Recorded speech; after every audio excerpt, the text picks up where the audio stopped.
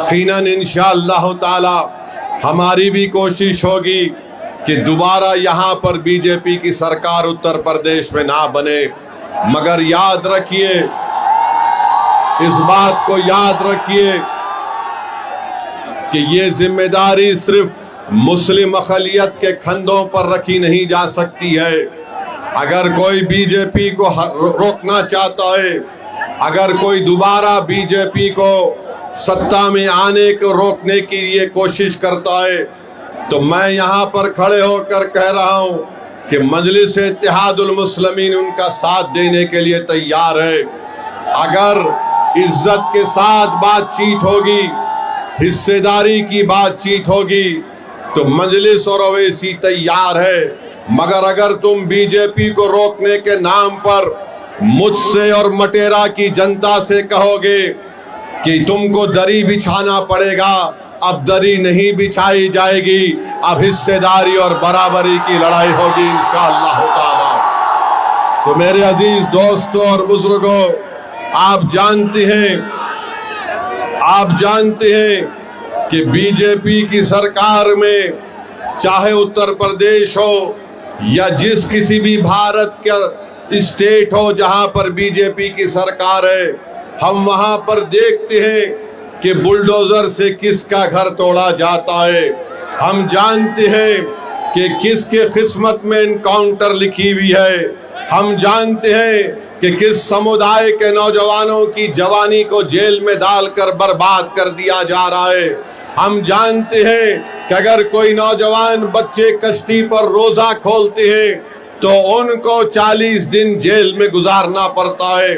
मेरे अजीज दोस्तों और बुजुर्गों, यही नाइंसाफी के खिलाफ मजलिस और ओवैसी लड़ती है।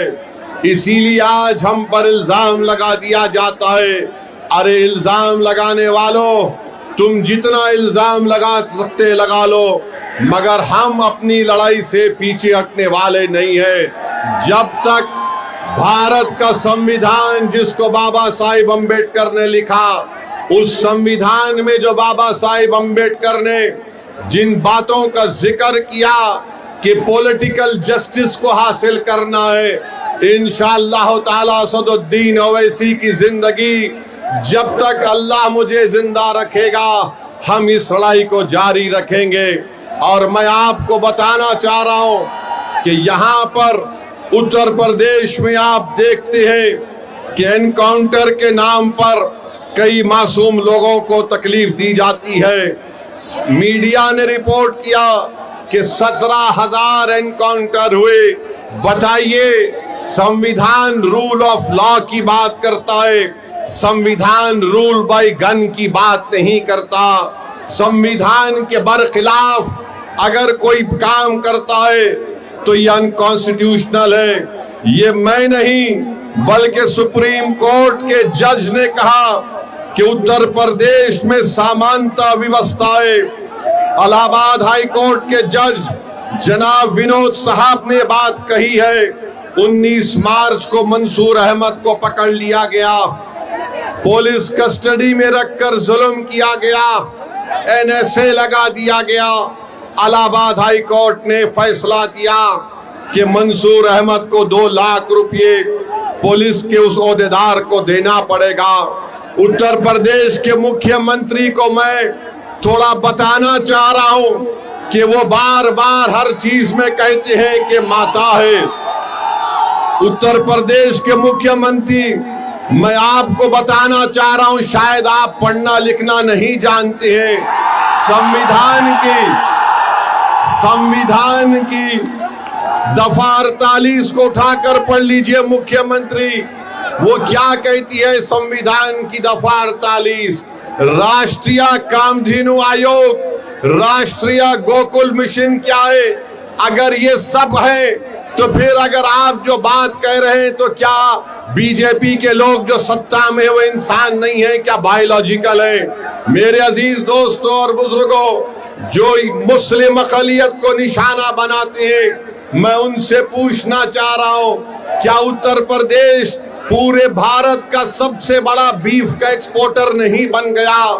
40 से 60% बीफ का एक्सपोर्ट उत्तर प्रदेश से होता है और मुख्यमंत्री इस पर खामोश हो जाते हैं। मैं आपको बताते हुए तकलीफ महसूस करता हूं कि संभल में मुस्तफा कादरी मस्जिद को गवर्नमेंट की जमीन कहकर शहीद कर दिया गया और वहीं पर वाराणसी में अजगैब शाहिद मस्जिद को शहीद कर दिया गया रेलवे लाइन कहकर। और उत्तर प्रदेश में संभल की मस्जिद को जब तोड़ दिया गया तो मस्जिद से पुलिस ने बताया कि वहां से पोस्टर निकले जिस पर लिखा हुआ था आई लव मोहम्मद। मैं बताना चाह रहा हूं कि दुनिया के जितने मुसलमान हैं उन तमाम का ईमान यह है कि हम मोहम्मद सल्लल्लाहु अलैहि वसल्लम से मोहब्बत करने वाले हैं। हमारा ईमान ही मुकम्मल नहीं होता जब तक हम मोहम्मद सल्लल्लाहु अलैहि वसल्लम से मोहब्बत नहीं करते हैं। अगर कोई उत्तर प्रदेश की सरकार ये समझ रही है कि पोस्टर दिखाकर आई लव मोहम्मद के दिखाकर आप उत्तर प्रदेश या भारत के मुसलमानों से मोहम्मद सल्लल्लाहु अलैहि वसल्लम की मोहब्बत को कम कर सकते, हम मर जाएंगे मगर हमारे मरते वक्त भी हमारी जबान पर होगा अशहदु अल्ला इलाहा इल्लल्लाह व अशहदु अन्ना मुहम्मद रसूलुल्लाह। अरे पोस्टर दिखाने से मोहब्बत कम नहीं होगी। तुमने हम पर एक बहुत बड़ा एहसान कर दिया।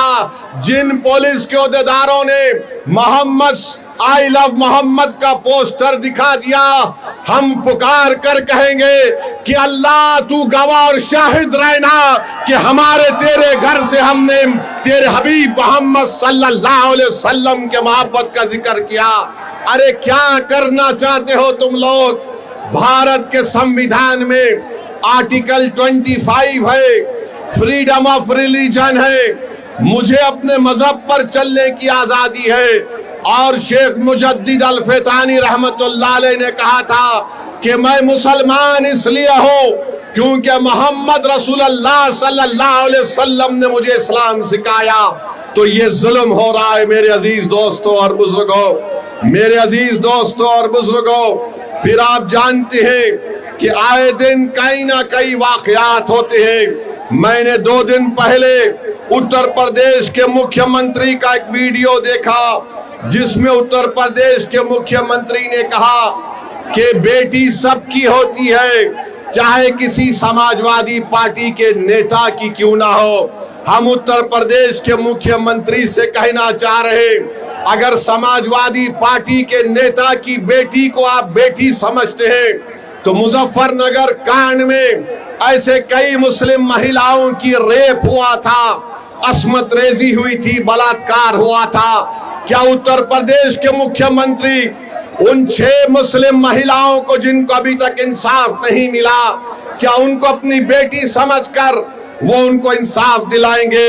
इसका जवाब उत्तर प्रदेश के मुख्यमंत्री को देना पड़ेगा।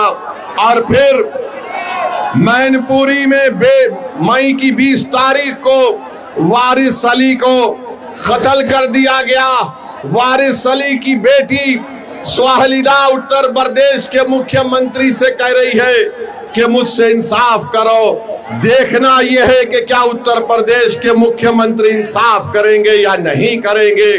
मेरे अजीज दोस्तों और बुजुर्गों, मुझ पर इल्जाम लगा दिया जाता है। आज हम आपकी इस मुबारक सरजमीन को आ रहे थे, ये बहादुरों की सरजमीन है बहरेच और मटेरा, तो ये समाजवादी पार्टी के लोग ये कहना शुरू कर दिए कि असदुद्दीन ओवैसी आएगा तो भाजपा को फायदा होगा। बताओ अखिलेश यादव, बिहार में तुमने अपने 5 सांसद को भिजाया था कि ओवैसी ना जीत पाए। तुम्हारे 5 सांसद सीमांचल किशनगंज में आकर 15 दिन बैठ गए, रोज मीडिया से बात करते, रोज गांव-गांव जाकर जनता को बताते, मगर नतीजा क्या निकला? जिन 4 विधायक को अखिलेश यादव के भाई तेजस्वी यादव ने मंजलिस से तोड़ लिया था, सीमांचल की जनता को लाखों सलाम। उन्होंने अखिलेश यादव की इस नापाक मंसूबे को नाकाम कर दिया और मजलिस के 5 विधायक को दोबारा कामयाब कर दिया। हम यहां पर आ रहे हैं और फिर शुरू हो गए बी टीम है। अरे सुन लो समाजवादी पार्टी के तमाम जिम्मेदारों, बताओ बंगाल को तुम गए थे अखिलेश दीदी की मदद करने के लिए और वहां पर लाइन लगाकर बीजेपी में शामिल हो रहे, तो क्या मैं आयतल कुर्सी पर कर उन पर फूका था कि तुम जाओ बीजेपी में? बेशर्मी की हद कर दिए। अरे कल तक जो कहते थे कि दिल में मदीना आंख में काबा, और बाबा बंगाल जाकर बोले कि बंगाल को काबा की जमीन नहीं बनने देंगे। अब बाबा के साथ बैठकर जिसने कहा था कि दिल में मदीना आंख में काबा, दोनों बैठकर चाय पी रहे हैं, दोनों बैठकर चाय पी रहे और गाली किसको दे रहे ओवैसी को? अरे मैं जानता था ये तमाम के तमाम कठपुतलियां हैं बीजेपी आरएसएस के। एक हवा के झोंके में तमाम के तमाम ने सर झुका दिया और बीजेपी में चले गए। अरे तुमने हमारे विधायक को तोड़ा, बिहार में हम दोबारा जीत कर आए। मैं उत्तर प्रदेश की जनता से अपील कर रहा हूं, बहरेच और मटेरा की जनता से अपील कर रहा हूं, आप मजलिस का साथ दीजिए। हम मर जाना पसंद करेंगे मगर अपने ईमान और आपकी मोहब्बत का सौदा नहीं करेंगे फिरका परस्त आरएसएस की ताकतों के सामने। इल्जाम हम पर लगाया जाता है मगर कारनामे कोई और करता है। बताओ अखिलेश यादव जो ममता बनर्जी के 20 MP चले गए, क्यों गए वो? उनको कोई कुछ नहीं बोलता। और असदुद्दीन ओवैसी आपके हक के लिए, आपकी सियासी लीडरशिप के लिए आ रहा है, तो इन सबको डर लगता है। डरना पड़ेगा तुमको, आ पड़ेगा, क्योंकि ये नौजवान अब जाग चुका है। इन नौजवानों ने ठान ली है कि इंशाअल्लाह ताला अब के बार उत्तर प्रदेश में इनके इत्तेहाद का एक इनकलाब बर्पा होगा। इनके इत्तेहाद से इनकी लीडरशिप पैदा होगी, इनकी मेहनत से इंशाअल्लाह ताला आपके नुमाइंदे उत्तर प्रदेश के विधानसभा में जाएंगे। और समाजवादी पार्टी के ये जो लोग हैं पिछले 20-25 साल से यहाँ पर यासिर शाह और उनकी फैमिली को आपने बड़ी वफादारी के साथ वोट दिया है। बताइए उन्होंने बहरेच और मटेरे में क्या काम किया? कुछ काम नहीं किया। आपने वफादारी से वोट दिया मगर इन्होंने कहीं पर भी एक अस्पताल नहीं बनाया। क्या मटेरा की विधानसभा में हमारी बेटियों का कॉलेज है? क्या मटेरा में अस्पताल है? क्या मटेरा विधानसभा में जो इलाके बुलबुल नवाज, मंगलपुरवा, गगड़ा, नरसिंगा डब्बा, यहाँ पर कोई रोड है या एम्बुलेंस चल सकती है? क्या इन सब चीजों को आप देख रहे हैं? और जब से शौकत अली मटेरा के रोड पर चलना शुरू किया, गरीब के गम को अपना गम समझा, उन झोपड़ियों में जाकर आपकी तकालीफ को देखकर आपको हिम्मत और दिलासा दिलाना शुरू किया, तो यासिर शाह के खानदान को लगा कि अब हमारा दी एंड होने वाला है, इसीलिए रोड पर निकल कर आ गए। 4 साल कहीं नहीं दिखे मगर जब ओवैसी की पार्टी का एक सिपाही आपके इत्तेहाद और आपके ताकत को दिखाने के लिए परचम लेकर आता है, तो लखनऊ से अखिलेश कहता है अगर यहां से शौकत निकल जाएगा तो फिर हमारा तमाम किला मिस्मार हो जाएगा। तो मैं आपसे अपील कर रहा हूं कि 4 साल में यासिर शाह का परिवार नहीं दिखा मटेरे में। आज मजलिस आई तो गांव गांव जा रही हमारी बहन, गांव गांव को जा रही है। अरे अखिलेश यादव सुन लो, इंशाअल्लाह ताला सिर्फ मटेरा विधानसभा नहीं, उत्तर प्रदेश के बहुत सारी विधानसभा पर यही माहौल बनेगा जो आज हम यहां पर देख रहे हैं। तो मेरे अजीज दोस्तों और बुजुर्गों, मैं आप तमाम से एक बात की इजाजत लेकर इस बात का ऐलान करना चाहता हूं कि आने वाले विधानसभा में क्या मैं शौकत अली को यहां से आपका कैंडिडेट घोषित करूं? क्या आपकी इजाजत है कि मैं शौकत अली को भी कैंडिडेट बनाऊं? क्या मैं इजाजत है आपकी? आप पूरा साथ देंगे तो लगाओ मेरे साथ नारा, नारे तकबीर, नारे तकबीर। आप तमाम की इजाजत की बुनियाद पर मैं जनाब शौकत अली को मटेरा विधानसभा के लिए मजलिस का उम्मीदवार का ऐलान करता हूं।